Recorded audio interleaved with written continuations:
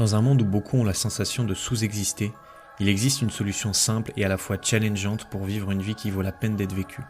Et cette solution, c'est jouer ta note. C'est-à-dire te débarrasser des conditionnements qui t'empêchent d'être qui tu as réellement envie d'être et faire ce que tu as réellement envie de faire de ta vie.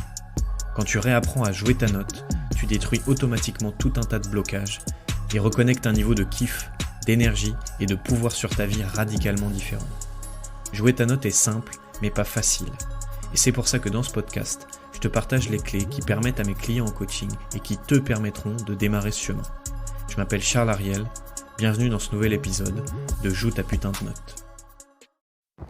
Dans ce podcast, je vais te parler des émotions, de pourquoi 95% d'entre nous, on a une relation à nos émotions qui nous bouffe de l'énergie, qui nous empêche d'être plus épanouis, de pourquoi on s'en rend même pas compte finalement, et que peut-être tu as l'impression dans ta vie que tes émotions, toi, c'est pas plus un problème que ça, mais comment ça peut agir de manière sous-jacente, on va dire.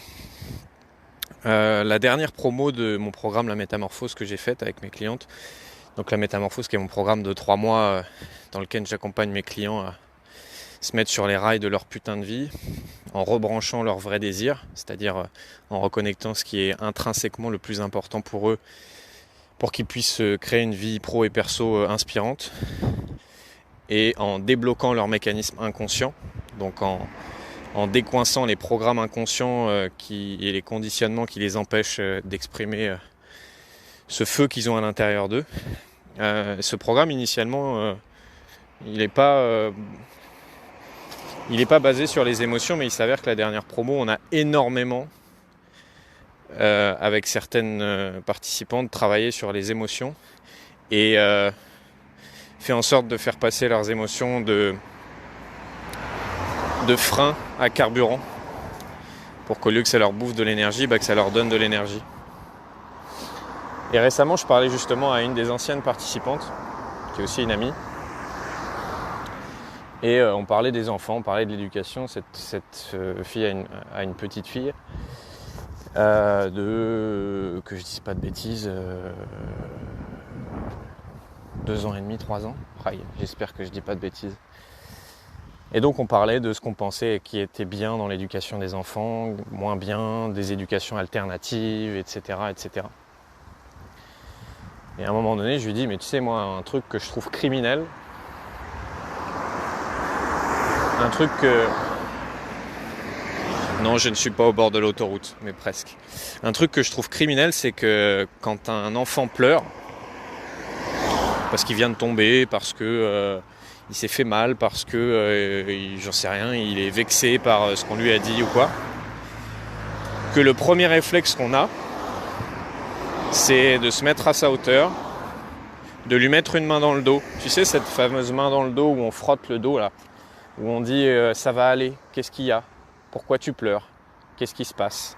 Voire on fait un câlin. Voire encore pire, on sèche les larmes. Et pourquoi je te dis que ça c'est criminel ?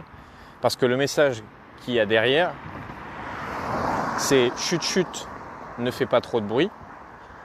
Ta tristesse me rappelle ma propre tristesse, ou ta colère me rappelle ma propre colère. Tu déranges, tu fais trop de bruit. Être heureux c'est bien, être triste c'est moins bien. Donc sois heureux. Et si tu regardes bien l'intention derrière, quand toi tu fais ça t'est certainement arrivé de faire ça. Si tu vois bien l'intention derrière elle est celle-là. Tu peux la déguiser derrière ce que tu veux, derrière mais non, mais je prends soin de lui, et puis quand même, voilà, il est triste, faut le faire aller mieux, et puis c'est juste de la bienveillance. Mais si tu regardes la vraie intention de fond et que tu arrêtes de te raconter cette petite histoire, tu verras que 98% du temps, tu fais ça parce que ça te dérange. Tu fais ça parce que éventuellement ça peut déranger les autres personnes autour de toi. Tu fais ça parce qu'éventuellement tu as envie de changer son état pour que l'enfant arrête d'être triste ou arrête d'être en colère. Et tu fais ça parce que ça te renvoie toi-même à ton propre fonctionnement avec tes émotions. Et encore une fois à l'obligation d'être heureux, à la tristesse c'est mal, la joie c'est bien, le calme c'est bien, la colère c'est mal. Et donc je disais, moi ce que je trouve criminel c'est ça quoi. Ce que je trouve criminel c'est d'aller vers un enfant dès qu'il pleure et en gros de lui faire passer le message sans lui dire tu n'as pas le droit de pleurer. Parce que ça peut paraître anodin, mais il suffit que tu fasses ça plusieurs fois avec un enfant. Ce qu'il va percevoir de ça, ce qu'il va engrammer comme programme inconscient, c'est l'interdiction d'être triste. Je n'ai pas le droit d'être triste. Et donc, qu'est-ce qu'il va faire au fur et à mesure qu'il va grandir, qu'il va passer 10 ans, 15 ans, 20 ans, il va se retrouver à 25, 30, 35, 40 ans, inconsciemment, à refouler toute sa tristesse à chaque fois qu'elle vient. Ça veut dire qu'il n'en aura même pas conscience. Il n'aura même pas conscience du fait qu'il est en train de refouler la tristesse, il la ressentira même plus, puisque dès qu'une once de tristesse commencera à pointer le bout de son nez, il sera déjà en train de l'étouffer, et ça sans même s'en rendre compte. Et le problème, c'est que quand t'as beau mettre la poussière sous le tapis, la poussière, elle est toujours là. Et au bout d'un moment, tu travailles dans ton appartement, et ton appartement, il est dégueulasse, parce qu'en fait, des dizaines et des dizaines de fois, tu as mis la poussière sous le tapis, et la poussière, elle est toujours là. Et donc, ta tristesse, tu peux la mettre sous le tapis, mais ta tristesse, elle est toujours là. Et à travers cette conversation et cet exemple par rapport aux enfants, voilà comment, avec des choses anodines, on peut engrammer certains programmes inconscients qui vont après devenir des habitudes, des choses que tu vas faire sans t'en rendre compte et qui vont totalement détruire ton rapport aux émotions, qui vont faire que ton fonctionnement par rapport aux émotions ne va plus être naturel et on pourrait dire sain. Et donc je continue la discussion avec mon amie, qui elle aussi avait fait un gros travail sur les émotions pendant mon programme, et qui disait moi aussi avec le programme maintenant, ma fille, je la laisse pleurer, quand elle se met en colère, j'accepte qu'elle se mette en colère, je lui laisse exprimer ses émotions, machin, et elle me dit ah ouais par contre c'est vrai que ce que tu dis, moi je sais que mon premier réflexe, et c'était totalement inconscient chez elle, c'est juste un truc que tu fais en un claquement de doigts automatiquement, tu le remets même pas en question. Elle me dit c'est vrai que mon premier réflexe, moi, quand ma fille va pas bien, c'est d'aller le voir qu'est-ce qui va pas, pourquoi tu pleures, et d'essayer de la rassurer, de la calmer, et voilà. Et je crois que je lui dis à ce moment-là, tu vois, ça me rappelle un peu ton propre fonctionnement par rapport à tes émotions à toi, de les enfouir, de les mettre sous le tapis, de cette interdiction d'être triste ou d'être en colère ou de ce que tu veux. Et en fait, tu reproduis avec elle ce que tu fais avec toi-même.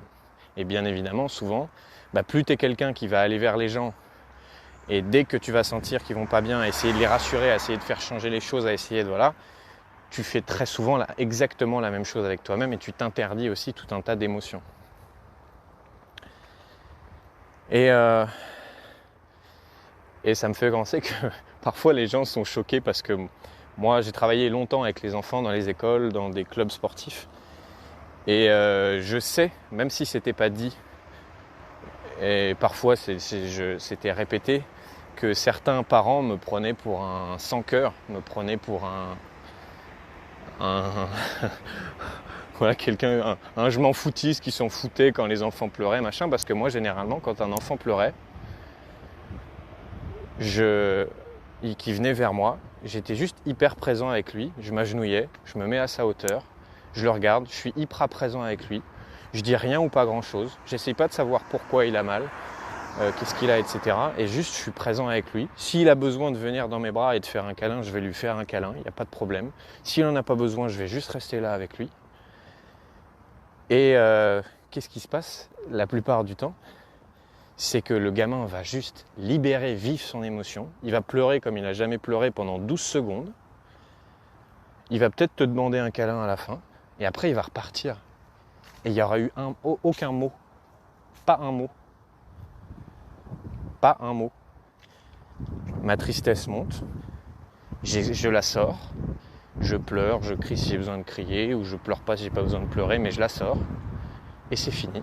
Et ton émotion, elle t'a traversé, elle est partie.